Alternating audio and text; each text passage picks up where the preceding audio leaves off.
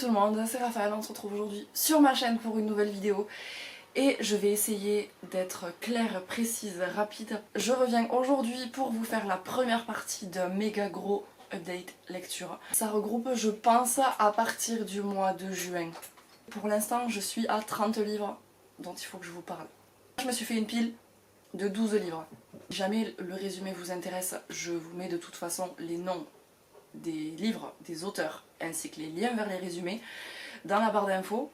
Comme ça, enfin, voilà, ça réduit clairement, je ne vais pas vous faire le speech de chaque bouquin. Par contre, voilà, je vais vous dire un petit peu mon avis rapidement sur ce que j'en ai pensé, comme d'habitude de toute façon. Et c'est parti, on va commencer maintenant. C'est pas du tout dans l'ordre, c'est-à-dire que j'ai vraiment fait un tirage au sort. C'est-à-dire que j'ai écrit chaque titre de livre sur un bout de papier et j'ai fait un tirage au sort pour avoir les 12 premiers. Il y a des bouquins, je les ai lus il y a 2 semaines. Il y en a, je les ai lus, je me rappelle même pas quand. Le premier de la pile que j'attrape, du coup, il s'agit de Shades of Magic de V.E. Schwab aux éditions Lumen. J'ai adoré, j'ai clairement adoré. On est dans la fantasy avec toute une histoire de monde. Il y a plusieurs Londres, le Londres noir, le Londres rouge, le Londres blanc, le Londres gris. Et en fait, nous avons Kel. Je suis fan de me rappeler de Kel, c'est ça. C'est Kel et Lila. On va suivre les aventures de Kel, qui est le seul, enfin qui fait partie des dernières personnes en fait à pouvoir voyager d'un Londres à l'autre, et Lila du coup qui est une ancienne voleuse qui va continuer son chemin du coup avec lui. J'ai juste hâte de lire le tome 2. J'ai le tome 2 et j'ai le tome 3 dans ma palle déjà. Donc je pense que celui-là en fait, vu l'esprit que ça a, vu tout le côté fantasy, tout le côté un petit peu magique et tout ça, j'ai bien envie de me le garder pour cet hiver. Peut-être pas pour cet automne parce que j'ai déjà fait ma palle de l'automne, il faut que je vous la tourne bien évidemment. J'étais censée la publier à la place de cette vidéo aujourd'hui. Mais tant pis, vous l'aurez la semaine prochaine. Ça veut dire qu'il faut que... J'avais de gros espoirs là-dessus. J'avais peur de pas apprécier, j'avais peur de pas accrocher, de pas rentrer dans l'univers, enfin de pas réussir à rentrer dans l'univers. Ben, ça a marché quoi. Donc pas de problème de ce côté-là. Le deuxième livre dont je vais vous parler, je l'ai lu pendant mes vacances au mois d'août, c'était à la fin du mois d'août. Je l'avais en version e-book sur ma Kindle et du coup j'étais partie quelques jours chez ma maman en fait pour garder ma grand-mère. Et j'étais partie avec 3 livres et ma Kindle, et en fait sur 4 jours j'ai lu les 3 livres, donc je me suis dit il va peut-être falloir que je chope la Kindle et que je lise un livre qu'il y a dessus, et c'est tombé sur Did I Mention I Love You de Estelle Mascam aux éditions PKJ. Cette trilogie en fait elle a fait le buzz, et j'avais jamais su pourquoi, je m'étais jamais intéressée au résumé, j'avais jamais non plus trop entendu parler de cette trilogie sur les différentes vidéos que j'avais pu regarder, et en fait au final je me suis bien prise dans l'histoire. Ça se lit très rapidement, c'est pas un coup de cœur, c'est pas waouh, mais franchement j'ai beaucoup apprécié ma lecture. Je me suis bien attachée du coup au personnage de Eden et même de Tyler. Du coup après c'est un peu bizarre par moment, j'ai trouvé. Si je le trouve d'occasion, le deuxième tome je le lirai également. Je sais que je les vois souvent chez Gilbert Joseph, donc vu que maintenant j'ai jamais acheté le tome 2 puisque j'avais celui-là, je l'avais pas encore lu, donc là je me dis que vu que je l'ai lu, si je tombe dessus chez Gilbert, il y a de grandes chances en fait pour que le tome 2 ou le tome 3 en fait je les prenne. Parce que j'ai quand même bien apprécié ma lecture. On passe à une petite BD que j'ai lue du coup dans le cadre du challenge 7 jours 7 livres. Il s'agit du 5e et dernier tome des Carnets de cerises de Joris Chamblin et Aurélie Néré dans la collection Métamorphose des éditions Soleil. J'ai bugué alors que j'étais bien lancée en fait. C'est le dernier tome. Je suis triste parce que du coup il n'y en a plus. Les planches sont toujours aussi belles. J'ai adoré. C'est pas mon... Quoique, c'est peut-être mon tome préféré celui-là. Franchement, j'étais triste en fait de quitter Cerise et sa maman et les copines et tout ça. Ouais, j'étais triste de terminer cette saga. C'était tout mignon, c'était tout beau, tout frais. Ça reste jeunesse, hein, mais c'était tout beau. Cerise m'a accompagnée pendant peut-être 2 ans, lors de week-end à 1000, de challenge littéraire, de semaine à lire, de tous ces trucs-là. Va falloir que je me trouve une autre BD maintenant. Le 4e livre que j'ai lu, je l'ai lu en mai. Il disait que ça remontait au mois de juin, et ben non, ça remonte au mois de mai. Il y en a 2 là, c'est sûr. Je les ai lus pendant ma semaine à lire du mois de mai. Je voulais vlogger en plus. Je vous mets du coup le... Je crois que je l'ai vlogué, il y a les 2 parties. Je vous mets les liens du coup en barre d'infos. C'est celui-là, j'en ai déjà parlé, mais rapidement.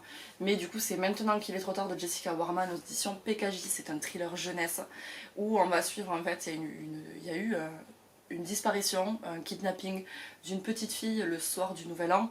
Et en fait l'histoire se passe du coup 10 ans après, quand la grande sœur ainsi que le meilleur ami en fait de cette petite fille, enfin non, la grande sœur de cette petite fille ainsi que son meilleur ami à la grande sœur, on se retrouve 10 ans après en fait où ils essayent un petit peu de poursuivre l'enquête. J'ai été quand même surprise, j'ai bien apprécié la fin, pas spécialement que le dénouement mais un petit peu la conclusion en fait de cette histoire.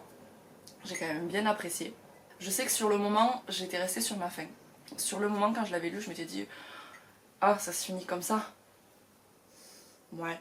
Et puis là en fait avec le recul, je savais très bien, en plus je crois que j'en ai parlé dans le vlog, qu'avec le recul j'allais sûrement changer d'avis et ben, c'est le cas. C'est-à-dire que j'ai trouvé que c'était une bonne histoire et que la fin en fait elle correspond très bien. Des fois en fait je pense que je suis pas la seule en fait à être à rester sur ma fin au niveau des fins de livres parce qu'on aimerait toujours en avoir un peu plus et ben, des fois il n'y a pas besoin. Ce bouquin, c'était pas un coup de cœur, c'était pas le genre de thriller en fait où je reste happée dans mon livre parce que je veux savoir la fin. Non, c'était, je le lisais, après je l'ai lu vite étant donné que c'était dans le cadre d'un challenge, je voulais le lire rapidement parce qu'il fallait que je le termine. J'ai été touchée du coup par tous les petits personnages, tous ces ados en fait qui essayent de s'en sortir et qui essayent de résoudre l'enquête de la petite fille. Elle a été kidnappée mais est-ce qu'elle est toujours en vie ou pas? Les différents éléments en fait qui rentrent dans l'enquête et tout ça, ben, c'est un peu compliqué. J'ai beaucoup apprécié cette lecture. Un autre livre que j'ai lu dans cette semaine à lire, celui-là, ça a été le coup de cœur du mois de mai. Nevermore de Jessica Townsend aux éditions PKJ. Donc c'est le premier tome, il s'agit de Les défis de Morrigan Crow. Le bouquin est trop beau. Le bouquin, il est juste beau déjà à la base, c'est pour ça que je l'ai acheté. Oui, celui-là, je l'ai clairement acheté neuf chez Cultura parce que la couverture me plaisait. Ben ouais, je suis comme ça quand même aussi. Et du coup, je l'ai lu dans le cadre de ce challenge, du coup, de semaine à lire. Et franchement, oh, mais je l'ai trop aimé. J'ai vraiment, je sais que j'ai dit ça pendant le vlog et là je me répète, j'ai l'impression de me répéter, mais bon, après en même temps c'était au mois de mai donc ça commence à dater. Dans l'esprit, je dis bien dans l'esprit, ça m'a fait penser à Harry Potter. Ouais, dans l'esprit je précise. Ça n'a rien à voir avec Harry Potter. Mais dans l'esprit, vraiment, j'ai eu l'impression d'avoir la même atmosphère, la même ambiance, le même genre de petits détails de Morrigan qui est complètement un boulet et qui s'attire en fait tous les problèmes du monde avec cette histoire de malédiction et tout. Je me suis attachée à Morrigan, je me suis attachée du coup, par contre je me rappelle plus du tout comment ils s'appellent tous ceux-là. Ça a été un coup de cœur cette lecture. Je n'ai aucune idée si le tome 2 est sorti, je ne pense pas parce que celui-là il est pas très vieux. Je sais pas du tout quand est-ce qu'il, s'il est pas sorti, je sais pas du tout quand est-ce qu'il sort, mais par contre je sais que quand je le verrai, quand je tomberai dessus, je me le prendrai parce que clairement j'ai trop envie de savoir la suite quoi. Le livre suivant, je l'ai lu au mois d'août. Ouais, je l'ai dû le commencer peut-être fin juillet, je l'ai terminé au mois d'août. J'avais adoré le premier livre que j'avais lu de cet auteur, donc là j'étais hyper enthousiaste en fait de pouvoir lire celui-là. Il s'agit du livre des Baltimore de Joël Dicker aux éditions de Fallois Poche. J'avais lu bien évidemment du coup La vérité sur l'affaire Harry Kéber il y a un moment, il y a peut-être 2 ans. Je sais plus du tout quand est-ce que j'ai pu lire ce livre. J'ai pas du tout regardé la série sur Harry Kéber qui est passée du coup à la télé, c'était quand c'était cet hiver. Je me rappelle plus du tout par contre quand est-ce que c'était diffusé. J'ai adoré encore une fois la plume de Joël Dicker. Franchement, je crois que j'ai commencé ce bouquin, je me suis dit oh, ça va être long et tout. Et en fait au final, à partir du moment, j'ai pas vu passer les pages. Donc à partir du moment où tu lis un livre, surtout de poche, parce que bon, un livre de poche en général, voilà, il fait presque 600 pages. J'ai mis du temps à le lire. J'ai mis du temps, alors j'ai pas mis 3 mois non plus, mais j'ai mis vraiment peut-être 10 jours à peu près à le lire. Mais je voyais pas passer les pages, je me suis pas aperçue. C'est vraiment quand je me suis dit ah ouais, t'as quand même bien avancé, j'étais peut-être là. Donc il me restait allez, 150 pages à lire et que je les ai lues en une après-midi. J'ai adoré du coup suivre les histoires de Marcus. Je voyais pas trop en fait où il voulait en venir, je voyais pas trop du coup la fin, je comprenais pas du tout qu'est-ce que pouvait être ce drame. qu'il évoque en fait tout au long du livre. Il évoque un drame. Et j'étais là, mais qu'est-ce qu'il a pu se passer? Mais qu'est-ce qui s'est passé? Je sais qu'il s'est passé un truc avec lui, et voilà. J'ai beaucoup apprécié du coup la surprise, enfin la révélation du drame. J'ai encore adoré une nouvelle fois La Plume de Joël Dicker. Ce livre, je l'ai lu en mai également. Et j'ai mis du temps à le lire. C'est vraiment, ça a été mon livre compagnon peut-être sur 2 mois, on va dire. Donc en plus mes souvenirs sont... ça va, ils sont encore quand même un petit peu là. Je me rappelle vraiment que j'ai quand même apprécié ma lecture, donc je me rappelle un peu de l'histoire. C'est La Servante Insoumise de Jane Harris. Là je l'ai aux éditions France Loisirs, donc il est en hardback. 1863 en Écosse. C'était il y a longtemps et c'était loin. Du coup j'ai lu ce bouquin parce que ce qui m'avait plu c'était l'époque, 1863, je savais que c'était une histoire de domestique, de servante, de machin, de tout ça, de domaine, de maître, de maîtresse, enfin tout ce genre de trucs, et l'Écosse. Voilà, l'Écosse fait partie des pays en fait qui m'attirent énormément. C'est quand même très long à démarrer, tout ce qui est un peu esprit domestique, un peu 1800, les années 1800, ça met du temps à se mettre en place, ça met du temps à... c'est long. Voilà, les dialogues ne sont pas énormément présents, donc clairement ça ralentit bien le rythme, enfin à mon goût en tout cas. On est sur l'histoire de Bessie. Bessie en fait qui est une jeune femme, fin d'adolescence, je sais pas moi, qui doit avoir 16 ou 17 ans, quelque chose comme ça. Elle se retrouve du coup dans la maison de Arabella, de maîtresse Arabella. Bessie en fait, c'est pas qu'elle ne connaît pas son passé, c'est que elle nous le dévoile en fait au fur et à mesure. Elle nous dévoile en fait son passé qui est pas spécialement glorieux. Au fur et à mesure, Arabella du coup n'est au courant de rien et en fait il y a un peu une relation amour-haine en fait entre les deux. C'est-à-dire qu'elle se sert de Bessie à des fins personnelles par rapport à des expériences qu'elle est en train de mener, des expériences on pourrait dire sociologique, psychologique, enfin un truc comme ça. L'intrigue, le mystère, ça fait un peu vraiment partie de ce livre, un peu en fait comme tous les livres où il y a des domestiques. C'était pas du tout un coup de cœur, mais j'ai bien apprécié ma lecture. Le livre suivant, j'avais peur de ne pas l'aimer. J'avais vraiment très peur de passer à côté, alors que c'est un livre qui a fait un buzz, et qui fait encore un buzz énorme. Je ne savais pas si je commençais par celui-là ou par une autre série, mais bon, j'ai tenté, je commence par celui-là, étant donné que c'est sorti en premier, bah, la plupart des gens l'ont lu en premier aussi, donc pourquoi moi je ne pourrais pas. Il s'agit de Six of Crows de Les Bardugo. Je n'ai jamais su comment le dire. J'entends tout plein de personnes le dire de façon complètement différente, bref. De cette personne-là, vous savez de toute façon de qui je parle, aux éditions Milan. Ils font tellement le buzz que j'ai peur de ne pas l'apprécier et en fait, oh joie, ça a marché pour moi. Je l'ai bouffé en 4 jours, vraiment. Mais encore 4 jours, je pense que je suis large. Mais je l'ai vraiment lu, je l'ai dévoré, j'ai adoré. Les univers très riches et complexes, ben, j'arrive à les gérer et j'arrive à rentrer dedans et à plus vouloir en sortir. Dans ce bouquin, on va de surprise en surprise. J'avais lu un avis en fait avant de lire ce livre, ou alors pendant que j'étais en train de le lire, je sais plus, qui parlait en fait du suspense de fou qu'il y a dans ce livre, et c'est le cas. Mais c'est le cas, il y a un suspense de malade, et j'adore ça. C'est rebondissement sur rebondissement, il y a tous les personnages, ils ont un rôle à jouer, tous, autant que Kaz, qui est le personnage principal. J'ai adoré tous les personnages, je me suis forcément plus attachée à certains plutôt qu'à d'autres. J'ai adoré la plume de l'auteur. J'ai tellement hâte de lire le tome 2, je lis en plus, je lis dans ma palle. J'ai aussi les 2 premiers tomes de Grisha, donc c'est ça que je disais en fait. Il y en a certains qui m'ont dit lis d'abord Grisha avant Six of Crows, ou lis d'abord ça avant ça. Il me reste 4 livres à vous parler. J'ai lu Entre Chien et Loup de Mallory Blackman aux éditions Milan dans la collection Macadam. Juste, c'est une histoire de racisme entre les blancs et les noirs, mais contrairement à la société plus classique, c'est les noirs qui sont au pouvoir et les blancs en fait qui sont esclaves. Complètement le contraire en fait de la société classique. Et en fait, tout simplement, l'histoire c'est est-ce que l'histoire d'amour entre Callum et Sefi va être possible? Forcément, Sefi qui est la fille du premier ministre noir et Callum qui est le fils d'un rebelle blanc.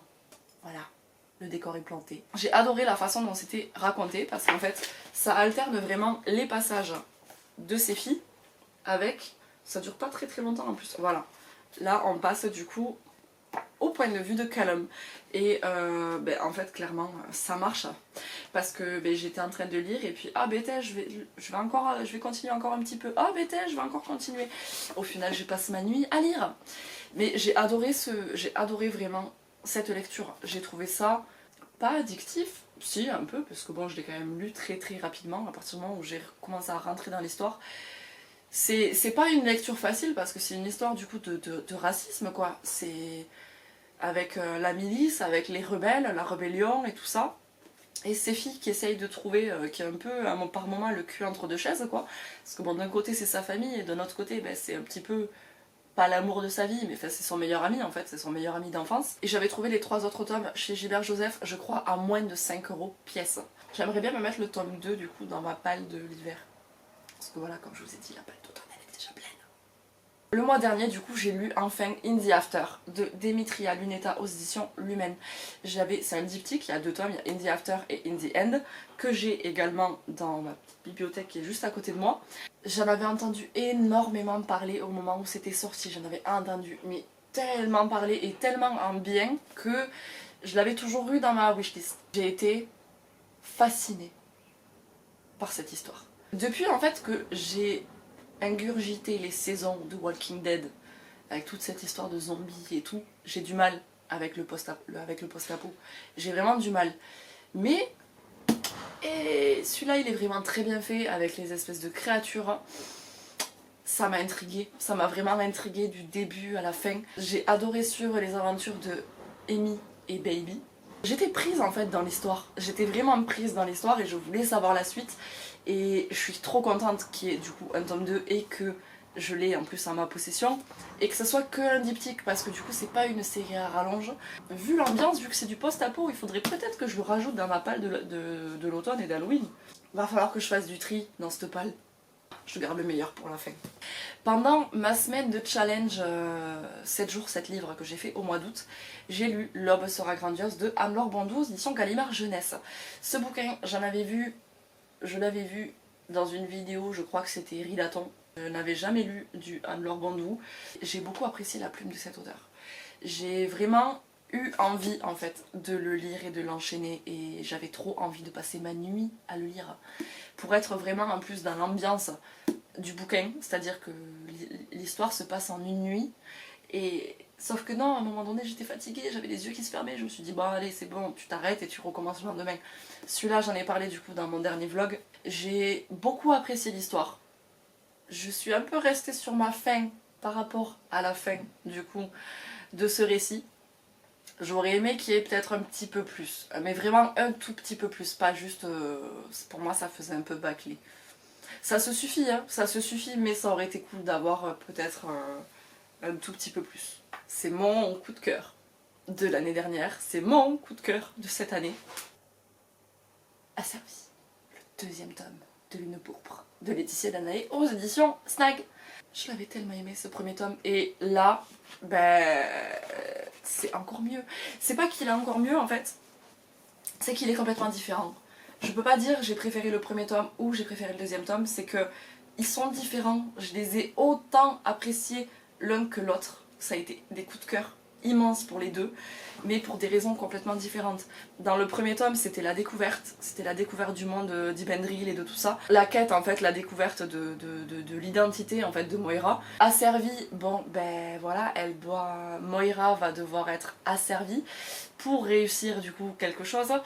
Ça n'a rien à voir, voilà. Le premier tome, le 2e tome, je peux pas dire j'ai préféré l'un ou l'autre. Je vous disais que je voulais trouver un moment en fait où je pouvais me plonger dedans et ne rien faire d'autre. J'ai passé 1 mois et demi bloquée à la page 102. Pendant mes vacances, je suis partie du coup, comme je vous ai dit, à la campagne chez ma mère pour pouvoir garder ma grand-mère le temps que ma mère puisse partir du coup en vacances pendant quelques jours. Je l'avais pris avec moi, je l'ai lu dans la journée. J'ai pas pu le lâcher.